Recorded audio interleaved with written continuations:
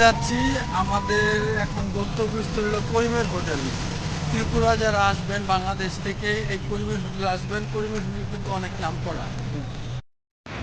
Viewers, old RMS, এই রাস্তাটা হলো আপনার ওল্ড আরএমএস এরিয়া। এখানে নামবেন, এই যে এই মোটরটাতে এখানে নামাই দিলে ওই যে দেখা যাচ্ছে করিম হোটেল, ওই যে ওইটা করিম হোটেল। আমরা এখন করিম হোটেলে যাব, একেবারে মেইন রাস্তা, সেই জন্যই কিন্তু আমরা এখন করিম হোটেলে আসলাম। মোটামুটি এখানে কিন্তু অর্ডার দেওয়ার পরে অনেক সময় আপনার ওয়েট করা লাগে।